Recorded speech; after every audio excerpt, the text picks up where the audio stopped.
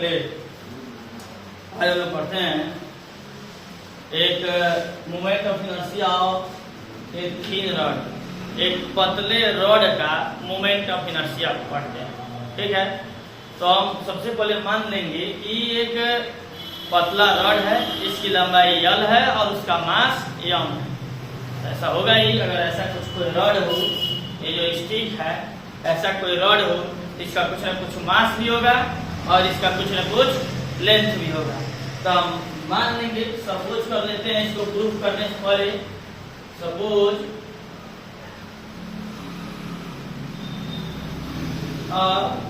Rod, suppose a thin rod of mass m and length L। मान लेते हैं, suppose कर लिए कि एक थिन रॉड है, पतला रॉड है, जिसका मास m है और लंबाई L है। ठीक है, यही है, और इसको रोटेट कराया जा रहा है। उस रॉड को, ये रॉड है, ये पतला रॉड है, जिस रॉड की लंबाई है L,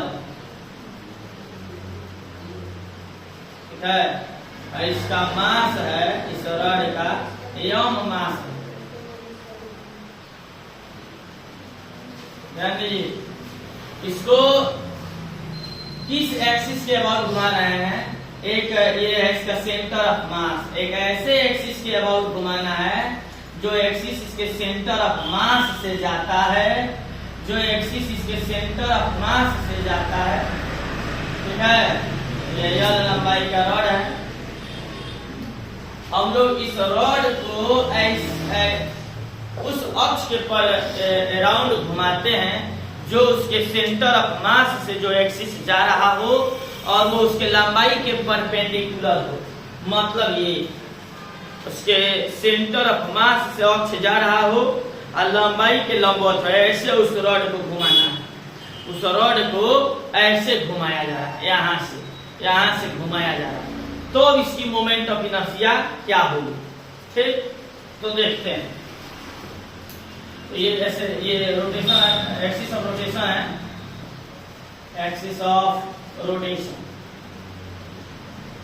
देखिए, यहाँ पर हम इसको प्रूफ करने के लिए इसका फॉर्मूला, हम यहाँ पर एक स्ट्रिप मान लेते हैं, लंबाई का एक पट्टी मान लेते हैं, स्ट्रिप। इस स्ट्रिप की लंबाई हम मान लेते हैं dx। यहाँ स्ट्रिप dx लंबाई का है, जिसकी एक्सिस ऑफ रोटेशन से दूरी जो है x है। ठीक है, हम मान लेते हैं, suppose the mass of strip is dm। इस पट्टी का मास जो है dm है, तो वह कितना होगा ये जानते हैं। इस पट्टी का मास, क्योंकि हम बताए थे मोमेंट ऑफ इनर्शिया जो होती है वो मोमेंट ऑफ इनर्शिया मास और दूरी, एक्सिस ऑफ रोटेशन से उसकी दूरी का स्क्वायर का गुणनफल होता है। ठीक है, तो हमको उसका मास चाहिए, इसका मोमेंट ऑफ इनर्शिया निकालने के लिए इसका मास चाहिए, इसकी दूरी तो पता ही है कि x दूरी पर है, ये हम मान लिए हैं। ठीक है, तो हम इस मास निकालते हैं। तो देखिए, जानते हैं know that the mass of length L is m। देखिए, L लंबाई का मास, पूरे L लंबाई का मास m है, पूरी L लंबाई का मास m है। तो बताइए, मास ऑफ यूनिट लेंथ, एकांक लंबाई का मास कितना होगा? तो आपका एकांक लंबाई का मास हो जाएगा m/L। L लंबाई का द्रव्यमान m है तो एकांक लंबाई का द्रव्यमान हो जाएगा यम अपॉन यल। इसीलिए ये जो है dx लेंथ, इसीलिए मास ऑफ dx लेंथ का जो मास हो जाएगा, जो जिसका नाम हम लोग dm रखे हैं, वो आ जाएगा m अपॉन यल इंटू dx। सुनिए, हम एक रॉड लिए हैं, रॉड की लंबाई l मानी है, मास m मान लिया गया, पूरा मास m मान लिया गया। जब पूरा मास m माने हैं तो l लंबाई का मास ऑफ l लंबाई का मास m है, यूनिट लंबाई का मास हो जाएगा, एकांक लंबाई का मास हो जाएगा m अपॉन l। तो इसलिए dx लंबाई का मास हो जाएगा m upon l into dx। यानी इसका मास हम लोग जान गए, दूरी जान गए, इसलिए इसका मोमेंट ऑफ इनर्शिया निकालते हैं, हो जाएगा। इसलिए moment of inertia of dx length का जो या स्ट्रिप dx स्ट्रिप का, इस पट्टी का जो मोमेंट ऑफ इनर्शिया होगा वो होगा मास इनटू डिस्टेंस का स्क्वायर। मास इसका dm है और डिस्टेंस x है, क्योंकि मोमेंट ऑफ इनर्शिया नहीं होता है mr स्क्वायर, मास और दूरी का स्क्वायर, तो ये x स्क्वायर है। और डिस्टेंस कितना दिया, मास कितना दिया गया, मास है m upon l into dx। यह इस पट्टी का मोमेंट ऑफ इनर्शिया है, ठीक।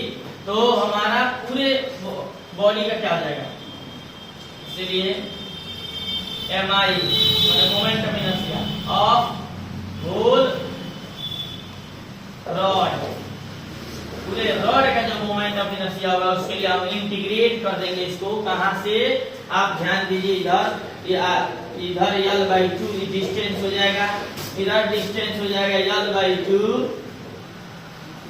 और इधर भी डिस्टेंस हो जाएगा l/2, ठीक है।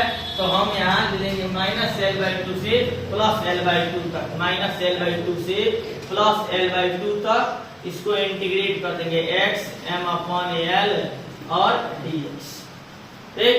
हम m अपॉन l को बाहर निकाल लेते हैं, I इक्वल टू हो जाएगा m upon l integration -l/2 से +l/2 x स्क्वायर dx। इसका इंटीग्रेशन हो जाएगा m upon l, x square का इंटीग्रेशन होता है x³ 3, जो पहले से जानते हैं, घात को बढ़ा दिया जाता है, उसी से डिवाइड किया जाता है, और लिमिट यहाँ लिख देते हैं l/2 + l/2। इसमें भर देंगे, वैल्यू को भर दिया जाएगा, तो वैल्यू भर देंगे तो रिजल्ट निकलेगा I equal to m by, इस 3 को कॉमन कर देते हैं, 3 जाएगा, l/2 यहाँ भरेंगे तो ये आपका हो जाएगा l/2 का होल क्यूब माइनस l/2 का होल क्यूब, ठीक है। I equal to m upon 3l, और ये हो गया आपका l³ अपॉन 8, माइनस ये माइनस प्लस हो जाएगा l³ अपॉन 8, क्योंकि यहाँ माइनस का क्यूब करेंगे तो माइनस, और ये भी माइनस आ जाएगा प्लस, दोनों को ऐड कर देंगे तो l³/4 आएगा, l³/4 आएगा, दोनों को ऐड कर दिया जाएगा तो मोमेंट ऑफ इनर्शिया आ गया I equal to m 3l, और ये हो जाएगा l³ अपॉन 4, एक l से l बढ़ जाएगा, I इक्वल टू हो गया m यहाँ l स्क्वायर 312। ये हो गया एक 3 रॉड का मोमेंट ऑफ इनर्शिया, जब उसको रोटेट कराया जा रहा हो about an axis passing through the centre of mass, और वो जो परपेंडिकुलर टू द लेंथ, जो उसके लेंथ के परपेंडिकुलर हो और उसके सेंटर ऑफ मास से जा रहा हो, उस एक्सिस के अबाउट रोटेट कराया जा रहा हो, तो उसका जो मोमेंट ऑफ इनर्शिया होता है ये होगा। कैसे इसको करना होगा, पहले सबसे पहले सपोज कर लिए कि एक रॉड है जिसका मास m है और लंबाई l है, हम यूनिट l लंबाई का मास को m कहे, यूनिट लंबाई का मास हो गया m अपॉन l, तो dx लंबाई का मास ये हो गया, उसकी दूरी x है ही है, तो मोमेंट ऑफ इनर्शिया ये आ गया। ये आ गया, मास इंटू डिस्टेंस का स्क्वायर होता है। फिर इसको इंटीग्रेट कर दिए, इसको इंटीग्रेट कर दिए, पूरे बॉडी हो गई। कहां से कहां तक इंटीग्रेट किए? ये इधर दूसरे तरफ है, एक दूसरे तरफ है, तो इसको नेगेटिव लिया गया और एक को पॉजिटिव लिया जाएगा। दोनों एक ही तरफ होता तो दोनों को पॉजिटिव दे देते। तो यहाँ से लेकर यहाँ तक इंटीग्रेट कर दिए और इस प्रकार हमें ये होल बॉडी का मोमेंट ऑफ इनर्शिया मिल गया, पूरे थिन रॉड का। अगर इसी को करना होगा, इसी को हमको चाहिए कि थिन रॉड का मोमेंट ऑफ इनर्शिया, ध्यान से देखिए, about an axis passing through one and, एक एंड से जा रहा हो, एक एंड से बॉडी जा रहा हो, ये रॉड के एक एंड से आपका एक्सिस ऑफ रोटेशन बनाया गया, ठीक है। तो इसका मोमेंट ऑफ इनर्शिया अगर हमको चाहिए तो हम क्या करेंगे, फिर एक पट्टी काटेंगे, सुनिए, फिर एक स्ट्रिप काटेंगे जिसकी लंबाई dx होगी, और स्ट्रिप की लंबाई, और यहाँ x दूरी पर स्थित है, यहाँ x दूरी पर स्थित है, ठीक है। तो ये यहाँ पर लंबाई कितनी है, यहाँ पर लंबाई है इसकी 0, यहाँ पर लंबाई है l, ठीक है, पूरी लंबाई l है। और इसके लिए कहेगा कि आप मोमेंट ऑफ इनर्शिया निकालिए। फिर वही बात कि suppose mass of string is d1, ये आपको लिखना होगा। फिर लिख देंगे वी नो दैट l लंबाई का मास कितना हो जाएगा, फिर सब वैसे ही सेम टू सेम है। l लंबाई का मास है आपका m, तो यूनिट लेंथ का मास हो जाएगा, यूनिट लेंथ का जो मास होगा वो m अपॉन l हो जाएगा। तो dx लेंथ का जो मास हो जाएगा m upon l into dx। फिर उसे यही करना है, ठीक है। dx की जो मोमेंट ऑफ इनर्शिया होगी mi ऑफ dx, dx लंबाई की जो मोमेंट ऑफ इनर्शिया होगी वो मास इंटू डिस्टेंस का स्क्वायर।